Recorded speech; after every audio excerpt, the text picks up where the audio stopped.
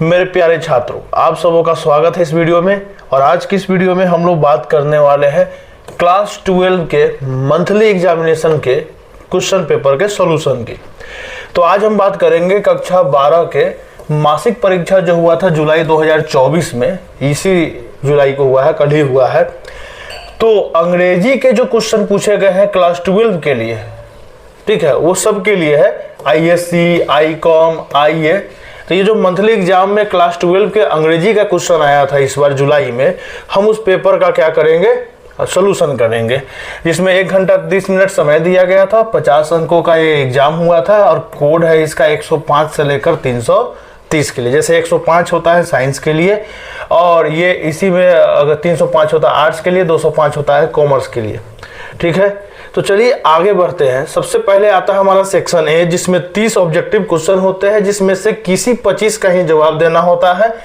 25 अंकों का होता है, यानी 50 अंकों में 25 अंकों का क्या था, ऑब्जेक्टिव था। चलिए पहला क्वेश्चन हमारे सामने है कि ideas that have help mankind is written bye.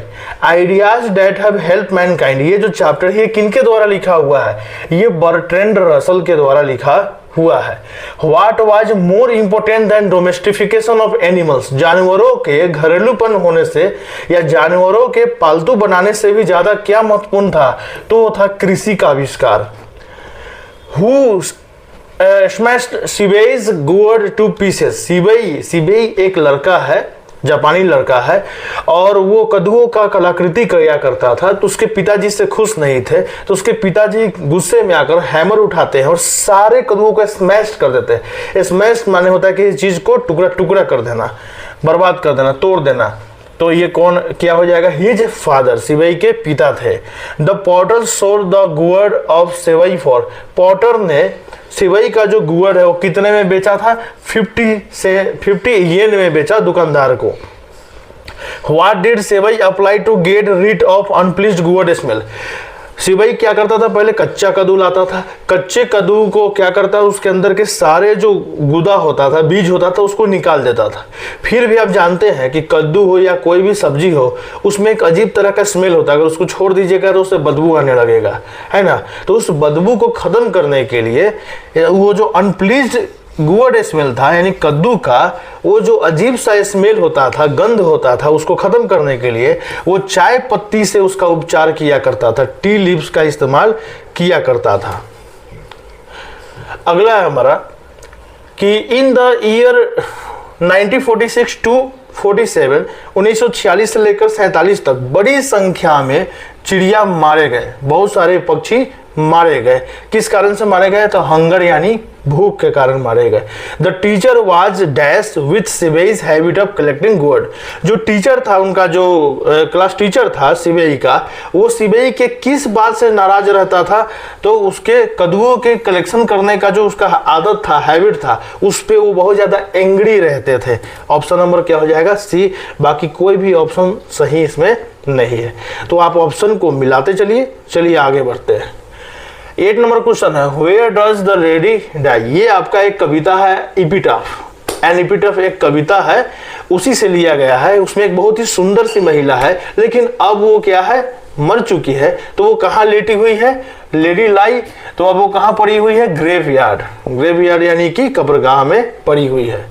Dash is an inscription on a tomb in the memory of dead, किसी मृतक या किसी मरने वाले व्यक्ति के मेमोरी में, स्मृति में, याद में उसके कब्र पर कुछ लिखा हुआ रहता है, तो ऐसे कब्र को हम क्या बोलते हैं, एपिटाफ बोलते हैं, an epitaph. A sonnet is a poem of 14 lines, ये 14 लाइन का जो कविता होता है उसको सोनेट कहा जाता है। The images and phrases of run throughout the poem the soldier, the soldier कविता में किस चीज का चित्रण, हमेशा किसका चित्रण और किसकी प्रशंसा पूरे कविता में की गई है, तो इंग्लैंड, जर्मनी, फ्रांस, अफ्रीका, यहाँ होगा इंग्लैंड, क्योंकि रूपर्ट ब्रूक जो थे वो इंग्लैंड के थे और वो अपने देश से बहुत प्रेम करते थे, और इस पूरी कविता में वो इंग्लैंड का गुणगान करते हैं। Who wrote an epitaph for beautiful lady? सुंदर महिला के लिए epitaph किसने लिखा था? नाम है वाल्टर डेला मेयर। हम लोग इसको याद रखने के लिए ट्रिक बनाते हैं, वाल्टर डेला मारे।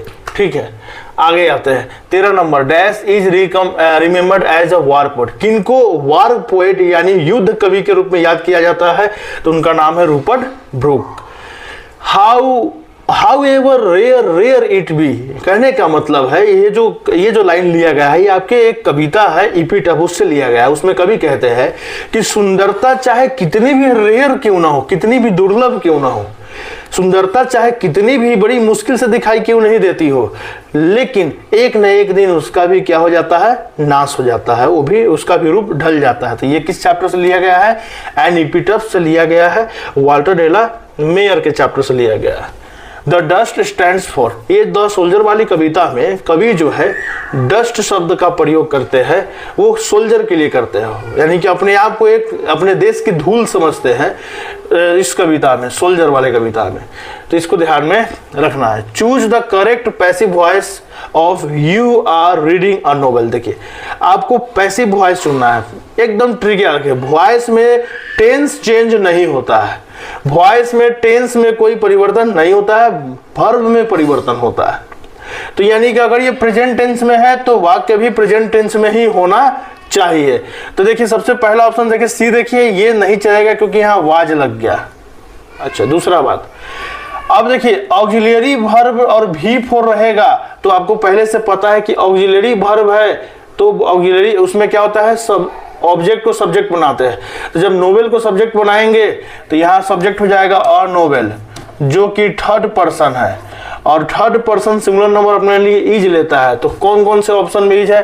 देखिए सबसे पहली बात देखिए, अगर ये वाक्य प्रश्न वाले फॉर्मेट में है, ये आपको इंटरोगेटिव वाक्य है, तो उसका पैसिव वॉइस भी इंटरोगेटिव ही होगा। यहाँ देख रहे हैं कोई चिन्ह भी नहीं है, इंटरोगेटिव भी नहीं है, तो ऑप्शन नंबर ए और सी गया। और यहाँ देखिए आर का, अब देखिए अ नोवेल है वो अपने साथ इज लेगा, यहाँ भी इज है, अ नोवेल सब्जेक्ट बन गया। अब भी फोर होता है तो बिंग लगाते हैं, यहाँ कहीं बिंग नहीं है तो ये नहीं चलेगा, बिंग वाला चलेगा। एक को ट्रिक याद रखिएगा, वर्ब भी फोर रहेगा आईएनजी वाला तो उसमें बिंग लगेगा पैसिव वॉइस में, सीधे पकड़ने का ये ट्रिक है। चलिए आगे बढ़ते हैं।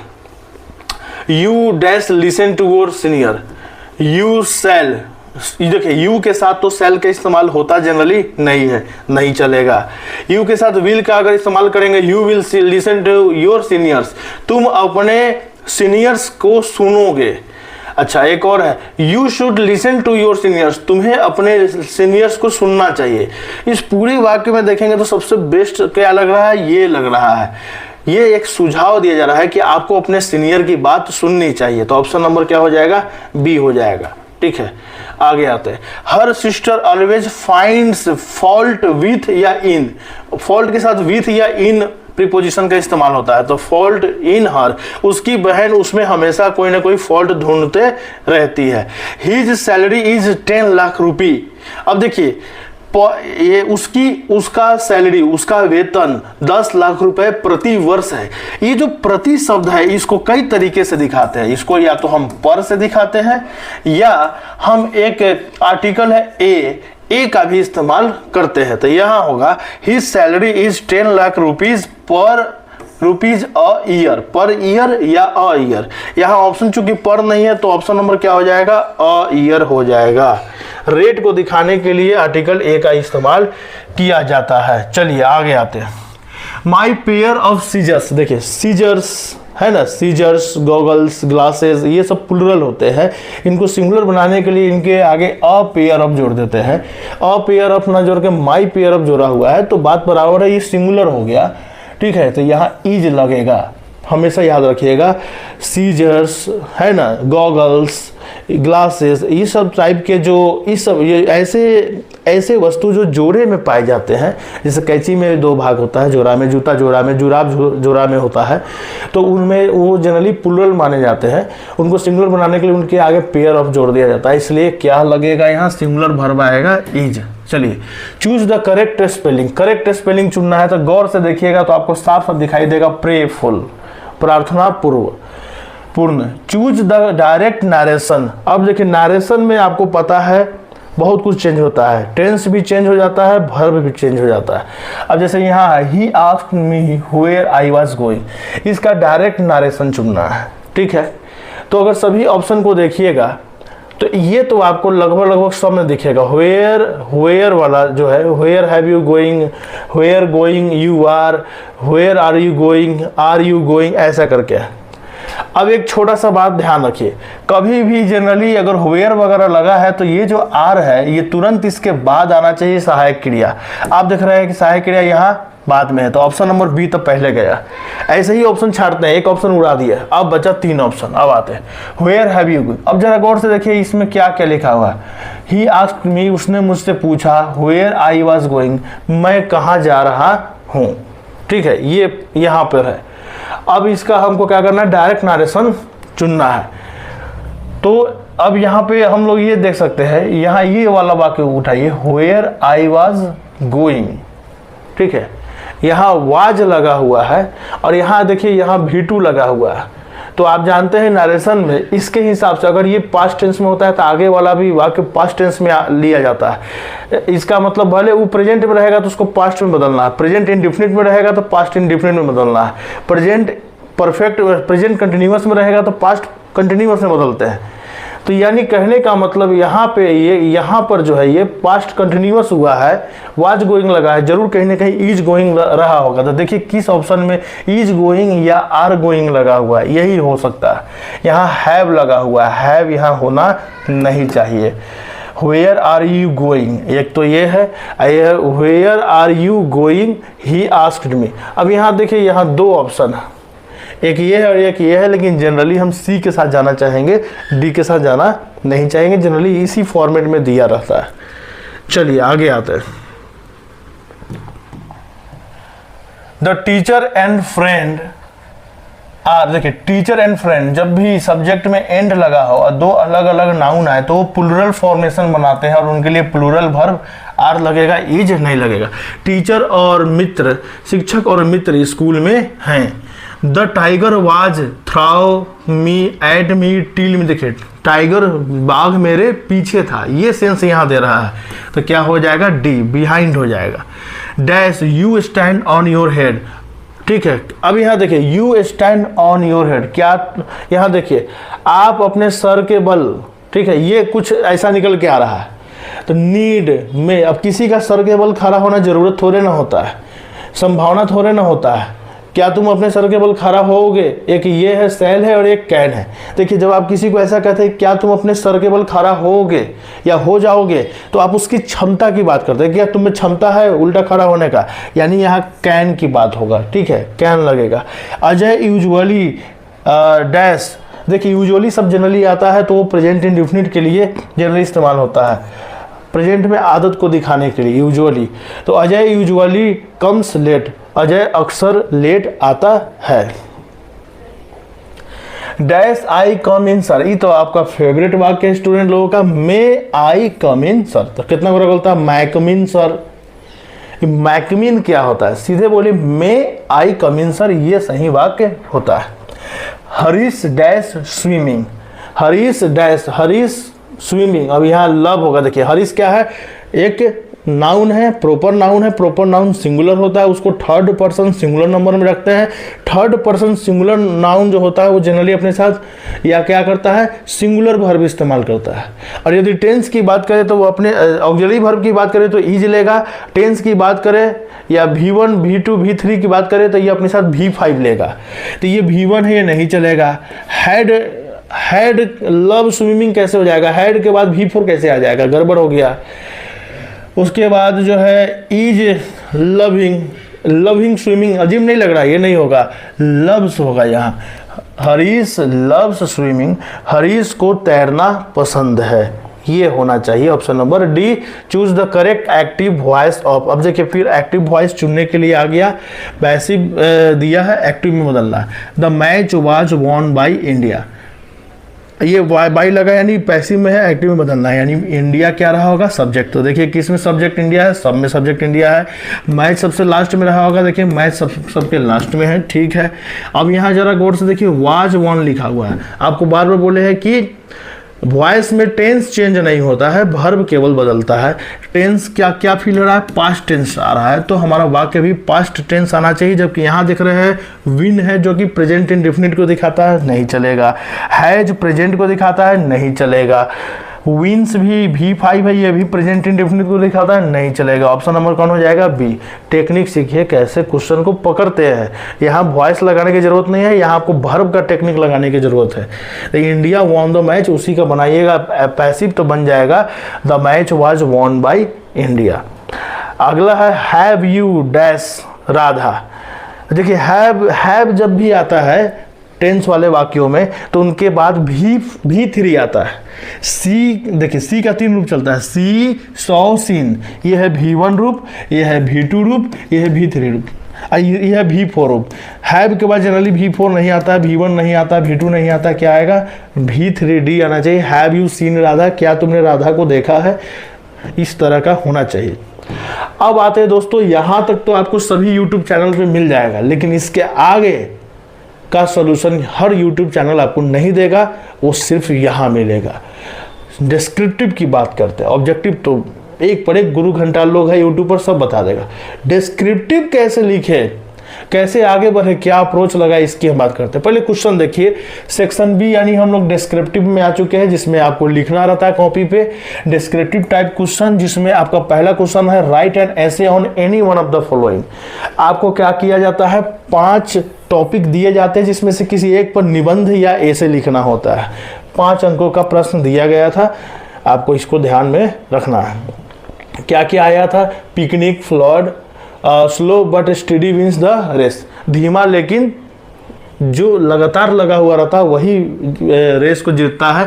जैसे कछुआ और खरगोश का कहानी आप सुने होंगे। The teacher you like most an Indian festival, एक वे शिक्षक जिनको आप बहुत ज़्यादा पसंद करते हैं, और एक भारतीय फेस्टिवल त्यौहार पर आपको क्या लिखना है, लेख। इन 5 में से किसी एक पर लिखना है। Translate any 5 of the following, ये 5 आपको 8 ट्रांसलेशन दिए हैं, जिसमें से किसी 5 का ट्रांसलेशन करना होता है। और उसके बाद आपको एक क्रिटिकल अप्रिसिएशन लिखना होता है, ठीक है, आलोचनात्मक प्रशंसा जिसको हम लोग बोलते हैं, उस टॉपिक के बारे में पूरा एक समालोचनात्मक निष्कर्ष आपको देना होता है कि ये चैप्टर में क्या क्या खूबी है और क्या क्या कमी है। इस टाइप के क्वेश्चन हम देख रहे हैं बोर्ड के एग्जाम में, तो आप देखिएगा अक्सर ऐसा क्वेश्चन नहीं मिलता है, सिर्फ समरी लिखने के लिए आता है। लेकिन हम जो है मंथली एग्जाम में खासकर देख रहे हैं 2-3 बार से कि क्रिटिकल अप्रिसिएशन पूछ रहा है, ठीक है। Answer any 2 of the following, और यहाँ 5 2 नंबर वाले शॉर्ट आंसर क्वेश्चन होते हैं जिनका जवाब देना आपको बनता है। चलिए आगे आते हैं, बारी बारी से आपको दिखाते हैं। पहला हम सेक्शन उठाते हैं right an essay on any of the following. लेख कैसे लिखे, ऐसे कैसे लिखे। यहाँ हमारे सामने 5 ऐसे हैं, जिसमें से हम किसी एक को लेकर आपको बताएंगे। तो हमने क्या किया है, अब पिकनिक पार्टी वाला जो हमारा टॉपिक है उसको हमने ले लिया है। अब देखिए यहाँ पर सबसे पहले देखिए ऐसे का फॉर्मेट क्या होता है, और ऐसे में कौन कौन से इंपॉर्टेंट एलिमेंट्स होते हैं, यानी ऐसे या निबंध का फॉर्मेट क्या होगा, और ऐसे के कौन कौन से महत्वपूर्ण भाग होते हैं। तो जनरली किसी ऐसे में जनरली 3 पार्ट होते हैं। पहला पार्ट होता है बिगिनिंग यानी प्रारंभ, उस टॉपिक का प्रारंभ आप कैसे करेंगे, उसमें क्या लिखना होता है, tell everyone what you are writing about and get them excited. शुरुआत करते हुए ये लिखिए कि आप किस टॉपिक पे लिख रहे हैं, किसके बारे में लिख रहे हैं, और उसको थोड़ा इंटरेस्टिंग बनाइए, एक्साइटेड बनाइए। ऐसा बनाइए कि पढ़ने वाले के अंदर एक्साइटमेंट जग जाए। ऐसा लाइन, ऐसे शब्द का इस्तेमाल कीजिए कि पढ़ने वाला 2-3 शब्द में, 1-2 लाइन में ही समझ जाए कि ये बहुत ही इंटरेस्टिंग निबंध होने वाला है, उसका और मन करे आगे पढ़ने का। तो बिगिनिंग में आपको ये करना है, और आपको मैं बताऊंगा कि कैसे एक्साइटमेंट बढ़ाया जाता है। मिडल यानी कि बीच का part, share the fun details of your picnic, यानी कि जिस टॉपिक पे आप लिख रहे हैं उसका पूरा डिटेल आप क्या कीजिए, शेयर कीजिए, पूरा डिटेल लिखिए। ये जो हम ऐसे आपको बता रहे हैं ये 200 शब्दों में लिखा हुआ ऐसे है।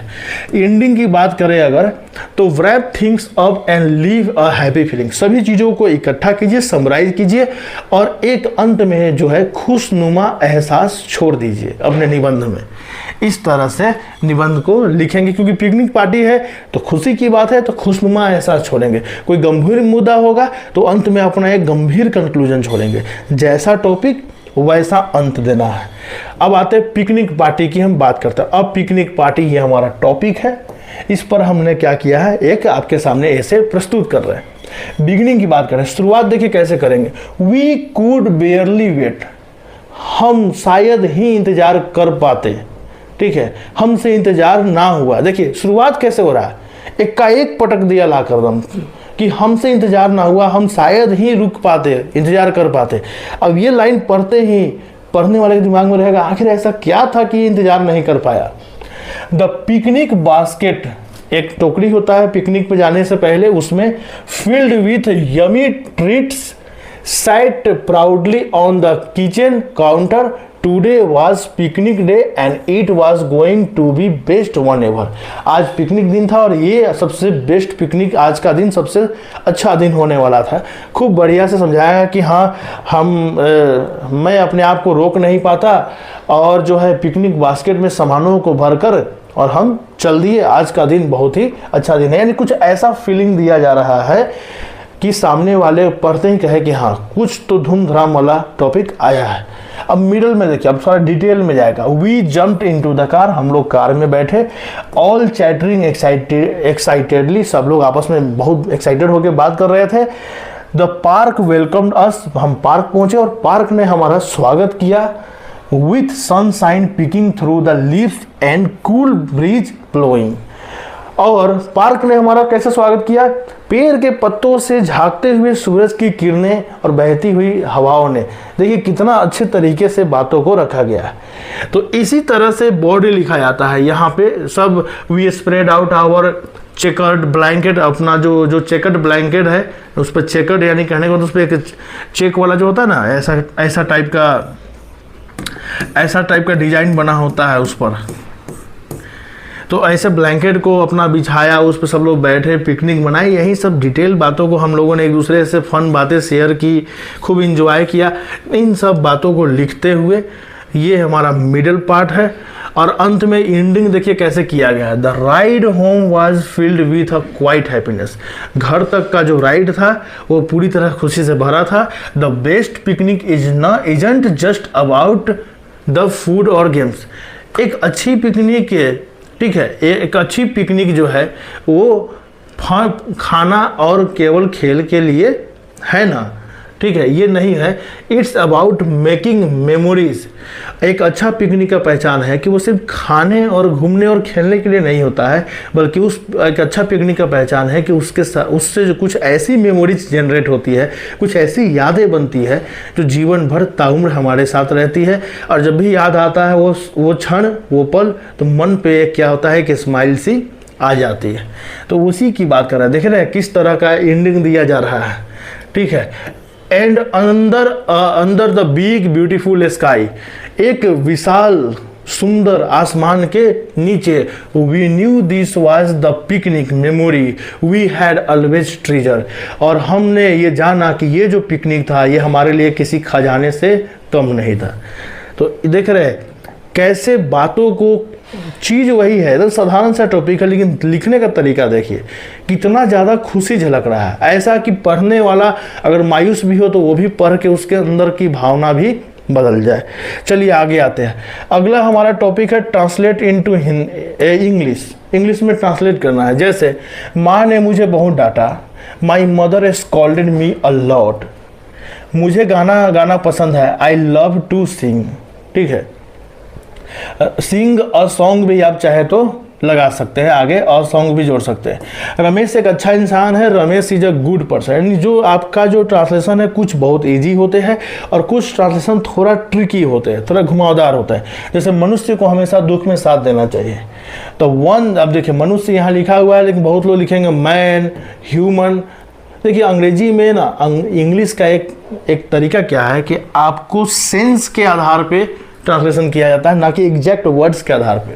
जैसे यहाँ देखिए one should always support others in their sorrow, वाक्य हिंदी में कुछ, अंग्रेजी में कुछ है, लेकिन सेंस वही निकल रहा है। वो याद रखना है, ट्रांसलेशन में मीनिंग का मतलब, मीनिंग या अर्थ पे जोर नहीं दिया जाता है, सेंस पे जोर दिया जाता है। पटना बिहार की राजधानी है, तो हर कोई बहुत आसान ट्रांसलेशन है, Patna is the capital of Bihar. तो देखिए कुछ ट्रांसलेशन काफ़ी इजी होते हैं जो आपसे बन जाएंगे, कुछ ट्रिकी होते हैं जिसमें सेंस के आधार पे बनाना पड़ता है। My grand mother has a very kind heart, मेरी नानी बहुत दयालु हृदय की है, वह काम करने के योग्य नहीं, he is not capable of working. उसके घर में कल पार्टी थी, there was a party at his house yesterday. इस तरह के आपको जो है ट्रांसलेशन आते हैं, काफ़ी अलग तरह के, कुछ इजी है और कुछ ट्रिकी ट्रांसलेशन है। चलिए आगे बढ़ते हैं। राइट क्रिटिकल अप्रिसिएशन, ठीक है, ये हमारा मेन टॉपिक। समालोचनात्मक मूल्यांकन लिखे। आपको 3 चैप्टर दिए हुए हैं, है ना, एक प्रोज का है और 2 कविता है, 2 पोएट्री का है। अब इनका समालोचनात्मक विश्लेषण करना है आपका। समालोचनात्मक में क्या होता है, इसमें हम उस चैप्टर के अच्छे पक्ष और बुरे पक्ष दोनों का चर्चा करेंगे। जैसे हम आपके लिए उदाहरण के तौर पे हम क्या करते हैं, एक छोटा सा चैप्टर उठाते हैं, ये ideas that have helped mankind, वे विचार जिन्होंने मानव जाति का भलाई किया, मानव जाति की मदद की विकसित होने में। तो ये हमारा टॉपिक है, हम इसी का क्रिटिकल अप्रिसिएशन लिखेंगे, समालोचनात्मक मूल्यांकन करेंगे इसका। Ideas that have helped Mankind, और किसके द्वारा लिखा हुआ है, बर्ट्रैंड रसल। तो ऐसे ही टॉपिक देना है, ये ऐसे ही एग्जाम में जब लिखिएगा तो ऐसे ही एक टॉपिक लिख देना है। लिखने के बाद अब क्या करना है, शुरू हो जाना है। बर्ट्रैंड रसल्स एसे, बर्ट्रैंड रसल का जो निबंध है, ideas that have help man, ideas that have help Mankind offers a thought provoking exploration of concepts that have propelled human progress. यानी कि ऑफर्स अ थॉट, वे ऐसे विचारों को प्रस्तुत करते हैं जो प्रोवोकिंग माने होता है अंदर से प्रेरणा देने वाला या भड़काने वाला, एक्सप्लोरेशन ऑफ कॉन्सेप्ट, ऐसे विचारों को, ऐसे अवधारणाओं को सामने लाने वाला ये चैप्टर है। That have propelled human progress, जिन विचारों ने मानव विकास को क्या किया, आगे बढ़ाया। तो वही है, मानव की प्रगति को प्रेरित करने वाली अवधारणाओं का एक विचारोत्तेजक अन्वेषण प्रदान करता है। While acknowledging the essay, इस एसे को हम लोग एक्नॉलेज करते समय, निबंध की ताकत को स्वीकार करते समय, essays strength, a critical appreciation also considers potential limitations and alternative perspective। निबंध की ताकत को स्वीकार करते समय एक आलोचनात्मक सराहना संभावित सीमाओं और वैकल्पिक दृष्टिकोणों पर भी विचार करती है। यानी कहने का मतलब, आलोचनात्मक सराहना या आलोचनात्मक मूल्यांकन में हम इस चैप्टर के जो संभावित सीमाएं हैं कि कहाँ तक ये चैप्टर वैलिड है, कहाँ तक लेखक या कवि जो बात कर रहा है वो कहाँ तक उचित है, और इसके अलावा कुछ वैकल्पिक दृष्टिकोण, इसके अलावा भी क्या कोई इस चैप्टर में जो लेखक ने जो बात कही, क्या इसके अलावा भी कुछ और बातें कही जा सकती थी, उसको वैकल्पिक दृष्टिकोण हम कहते हैं, उस पर भी विचार करेंगे। जैसे पहला है, हम स्ट्रेंथ की बात करेंगे, इस चैप्टर के स्ट्रेंथ की बात करेंगे, इस चैप्टर की ताकत क्या है। तो पहला है यूनिवर्सलिटी, सर्वव्यापकता। Russell emphasizes ideas that transcend specific cultures and religions, promoting a broader understanding of what benefits humanity। यानी कहने का मतलब है, रसेल उन विचारों पर जोर देते हैं इस चैप्टर में जो विशिष्ट संस्कृतियों या धर्मों से परे हैं, जिससे मानवता को लाभ होने की व्यापक समझ को बढ़ावा मिलता है। यानी ये जो चैप्टर है ये किसी खास जाति या संस्कृति के संदर्भ में नहीं है, पूरे मानव जाति के संदर्भ में है। तो इसका एक अच्छी बात है कि ये जो चैप्टर है यूनिवर्सल है, व्यापक है, सभी मानवों पे लागू होता है। आगे है focus on intellectual development. The essay highlights the importance of curiosity, logic, scientific exploration in driving progress. निबंध प्रगति को आगे बढ़ाने में जिज्ञासा, तर्क, वैज्ञानिक अन्वेषण के महत्व पर प्रकाश डालता है, ये किसकी खूबी है। हिस्टोरिकल कंटेक्स्ट, रसेल अपनी इस चैप्टर में अपनी बात को समझाते हुए, Russell explores the historical emergence of key ideas illuminating their impact on social evolution. यानी रसेल प्रमुख विचारों के ऐतिहासिक उद्भव की पड़ताल करते हुए सामाजिक विकास पर उनके प्रभाव को पर प्रकाश डालते हैं। तो ये हुआ इस चैप्टर का स्ट्रेंथ। मेन बात आप यहाँ से ध्यान रखिए कि क्या क्या बातें कही गई इस चैप्टर में। लेकिन ऐसा नहीं है कि लेखक है तो सब कुछ अच्छा ही लिखे होंगे, भाई आदमी है तो आदमी से गलती होती है या कुछ ना कुछ कमी रह जाती है। तो इस चैप्टर की भी अपनी कुछ सीमाएं होंगी, कुछ लिमिटेशंस होंगी। इसी को बोलते हैं समालोचनात्मक मूल्यांकन। हमने अच्छाई की बात की, अब कमजोरी की बात करेंगे। लिमिटेशंस, सीमाएं क्या है इस चैप्टर की? Over emphasis on western thought. अगर आप इस चैप्टर को गौर से पढ़ेंगे तो ये भी सीमा होगा कि इससे ज़्यादा कुछ कंक्लूजन निकलता भी नहीं है, पता ही नहीं चलता है कि चैप्टर में बात किस चीज़ की हो रही है बेसिकली।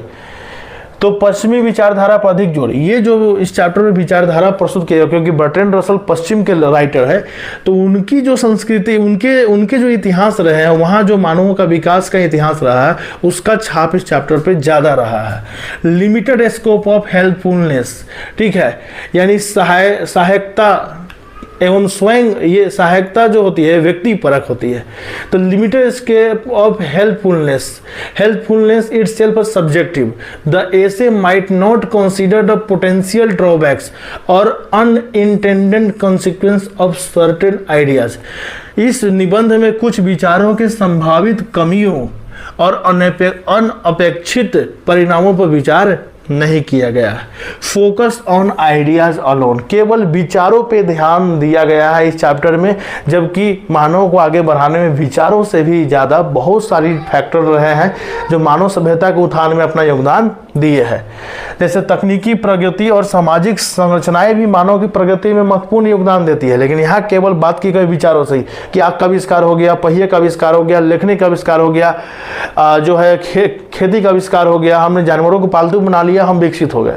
इतना आसान नहीं है जी मानव की कहानी। एक जंगल में रहने वाले आदि मानव से लेकर, गुफाओं में रहने वाले एक जंगली व्यक्ति से लेकर, और आज हवाई जहाज और रॉकेट में उड़ने वाले मानव तक आने में हमने बहुत सारे संघर्ष, बहुत सारी चीज़ों को झेला है। उसमें बहुत सारी चीज़ों का योगदान रहा है, केवल आइडियाज़ का योगदान नहीं रहा।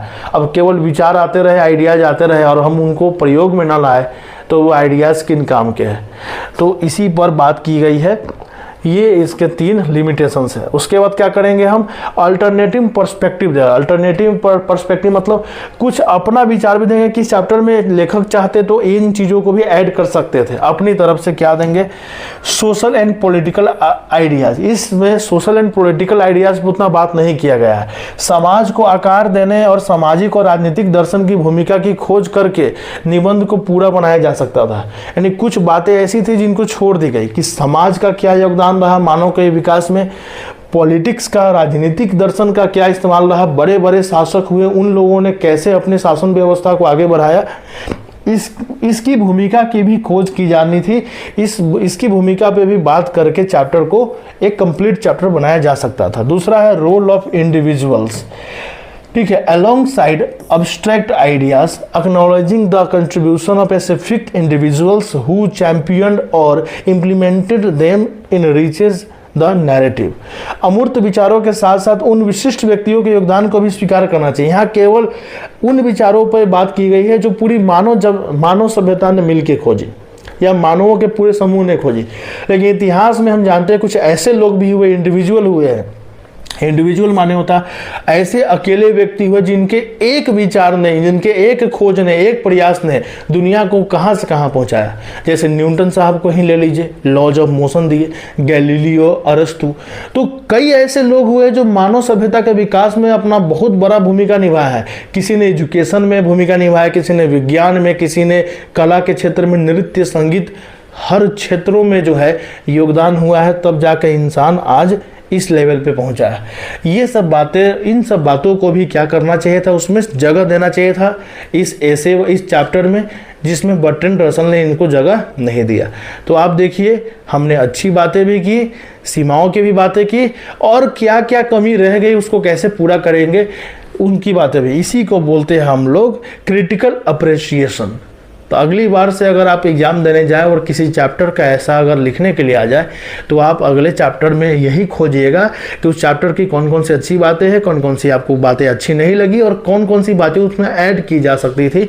आप इस आधार पे आंसर देंगे।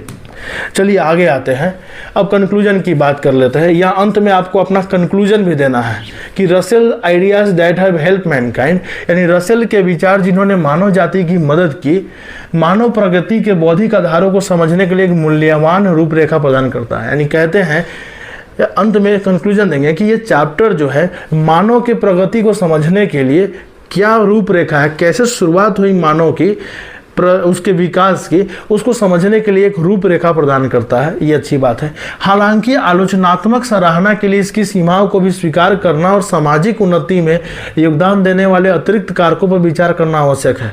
हालांकि हम जब समालोचनात्मक सराहना या क्रिटिकल अप्रिसिएशन करते हैं तो उसमें हम इसकी सीमाओं पर भी विचार करते हैं कि कौन कौन सी कमियां इस चैप्टर में रह गई, और समाज के उन्नति में, सामाजिक उन्नति में, समाज के उन्नति में योगदान देने वाले और भी कौन कौन से कारक रहे हैं उन पर भी विचार करना आवश्यक है।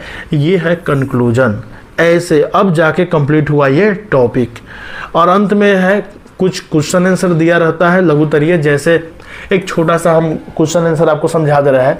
व्हाट मेड सीवेज हार्ट बीट फास्टर? सीवेई के हृदय को किसने जोर से धड़का दिया? कौन सी क्या चीज ऐसा था जिसने सीवेई के दिल के धड़कन को बढ़ा दी? तो वो दिल की धड़कन कब बढ़ गई? जब टीचर आए उसके घर उसकी माँ को डांटने के लिए कि आप अपने बच्चे पे कंट्रोल कीजिए, दिन भर कद्दू लेके खेलते रहता है। और टीचर जहाँ डांट रहे थे उनके ठीक पीछे कद्दुओं का पूरा कलेक्शन टंगा था दीवार पर, और ये देखकर सीवेई का दिल जोर से धड़का कि अगर टीचर उन सभी कद्दुओं को देख लेंगे तब तो मेरा बैंड बज जाएगा। उसी बात को आपको अंग्रेजी में समझा देना। जानवरों का डोमेस्टिफिकेशन कैसे स्टार्ट हुआ? जनरली कुत्ता को पालतू बनाने से और गाय वगैरह को पालने से लेकर शुरुआत हुई जनरली। वाई डिड सीवेईज father shout at him? Seibei के पिता ने उस पर क्यों चिल्लाया? क्योंकि जैसे ही टीचर वहाँ से गए और उनकी माँ सुबह सुबह कर रो रही थी, तब तक उसके पिताजी पहुँच गए घर, और पिताजी ने पूरे माहौल को भांपा और वो समझ गए कि सीवेई ने कुछ गलती किया है विद्यालय में।